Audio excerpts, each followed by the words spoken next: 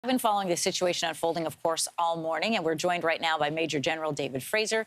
He commanded NATO forces in southern Afghanistan. He's been on this program many times. Welcome back this morning. I'm interested in your impressions when you see what's happening in Ukraine this morning. Anne-Marie, good to be with you this morning. It's tragic, actually, to see this because it's going to be the Ukrainian people that are going to suffer. But what we have seen here is a very large coordinated assault by Russia from at least three different directions, attacks of cities across this nation, strategic attacks against Ukrainian defense forces, command and control, air defense, including cyber attacks. This certainly is Russia full on, a full invasion. It was preceded by a taped note by Putin and a very strong warning to the West not to interfere. This is about as dangerous and as about as tragic as I've ever seen. As dangerous and as tragic as you've ever seen. You know, you have experience in situations like this. We were discussing this morning for the people in Ukraine. You know, they've been living under this kind of tension for years, but now the tanks are there. Now the airstrikes are happening and things can change in a moment. What do they need to prepare for in the coming hours? To get out of the way, because Russia, we saw troops crossing from Belarus into Ukraine. This is a different Putin. This is a Putin that's angry. This is the Putin that's acting more like a KGB officer and a thug.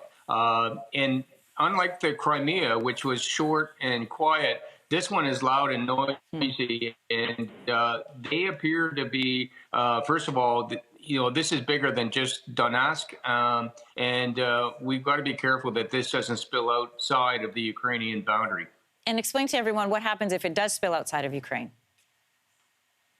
We're back to World War III because Europe hasn't seen anything like this since World War II. And we've never seen Russia attack quite like this before. And unfortunately, they want to take back Ukraine. People are thinking about Canada's military role, and what would that look like? What could that look like? Is it possible to see Canadian troops in Ukraine? What would be the markers for that? Well, the big thing is, and Biden has been very clear that it does not appear that NATO is going to go inside of Ukraine. Ukraine's not a NATO partner. This is not about an attack on one, attack on all. So we should probably just see the Ukrainians and the Russians fighting. But the danger is there are at least three different new NATO countries that border onto Russia. Our troops are in Lithuania right now, or Latvia, and they are close to the fighting. So as part of being NATO, we could find ourselves, unfortunately, if it spills outside of Ukraine, in the mix. Given your experience, Mr. Fraser, what are you seeing this morning when you're watching? What do you see? What are your impressions? Well, my first impressions are this is a well-planned, well-coordinated, very large operation by a very capable force.